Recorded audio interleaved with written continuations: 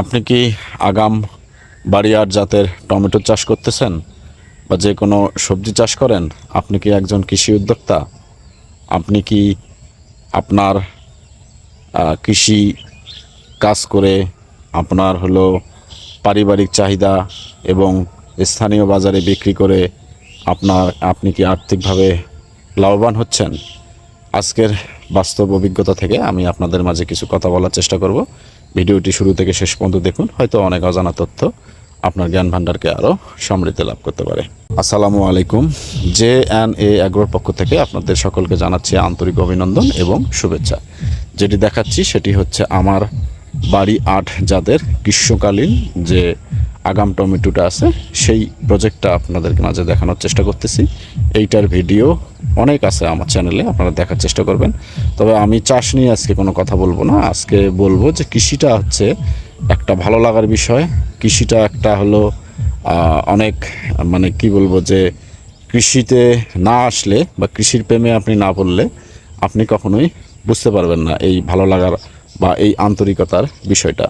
যখন আপনি একটা ফল গাড়বেন, এই ফলটি থেকে যখন আপনার এই গাছটি থেকে যখন আপনি ফল ধরবে, এই ফলটি দেখার পরে আপনার নিজেই অনেকাংশে আপনার ভালো লাগবে।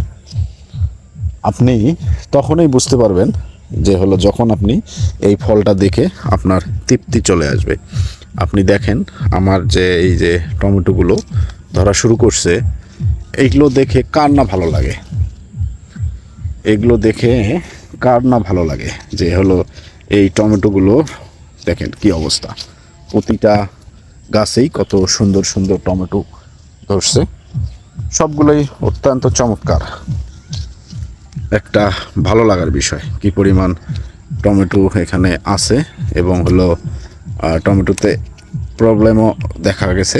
এগুলো নিয়মিত দেখতে হয়, পর্যবেক্ষণ করতে হয়, না দেখলেই কখনো বোঝা যায় না। টমেটোর সাইজ দেখেন, এক একটা করে টমেটোর সাইজ, এখনও টমেটোগুলো বড় হচ্ছে।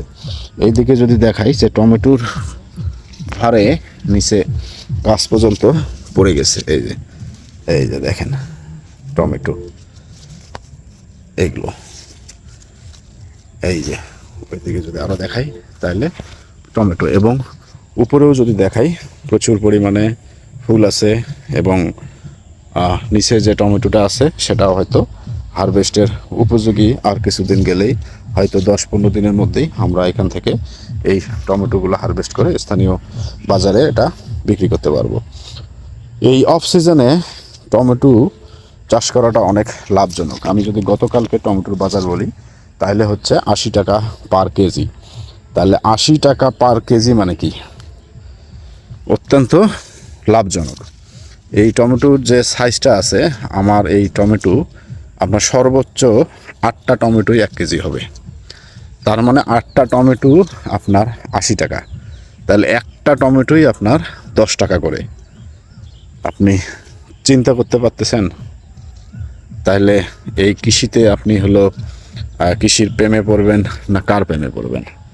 এই কৃষিটাই হচ্ছে এটা।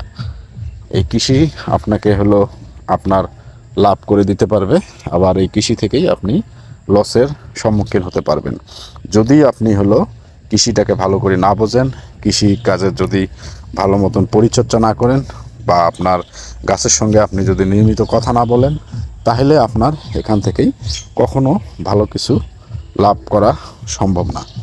এই যে পাকা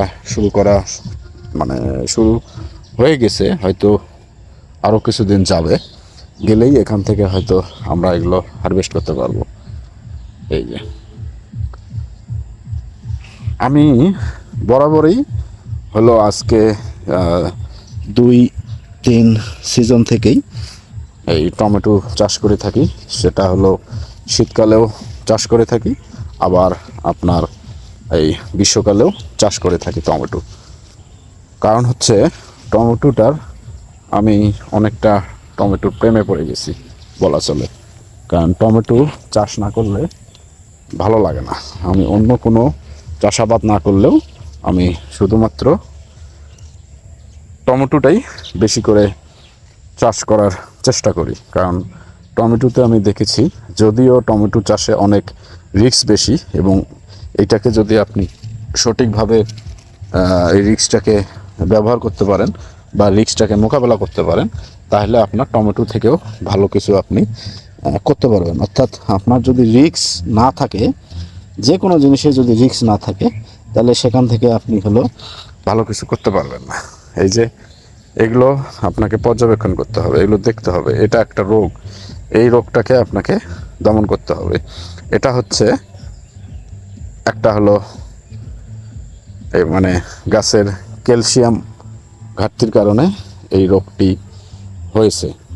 তো এই রোগটাই আপনি যদি দমন করতে না পারেন বা রোগটি যদি আপনি চিনতে না পারেন, তাহলে আপনার কখনোই আপনার ভালো কোনো কিছু হবে না। আপনার টমেটো পাকা শুরু করছে, এই যে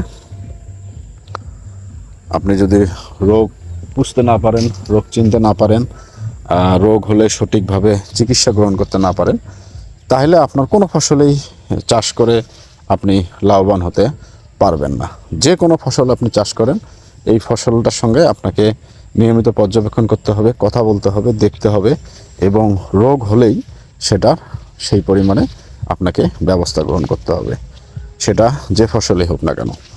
তো এই যে প্রেমে পড়ার বিষয় বা এই যে আপনার দেখার বিষয়, এই যে আপনি নিজে যখন একটা চাষ করেছেন বা নিজে একটা গাছ যখন লাগিয়েছেন, সেই গাছটি থেকে যখন আপনার যে কোনো ফসলই যখন ধরে, আসলে তখনই ওটা ভালো লাগার বিষয়ে এসে দাঁড়ায়।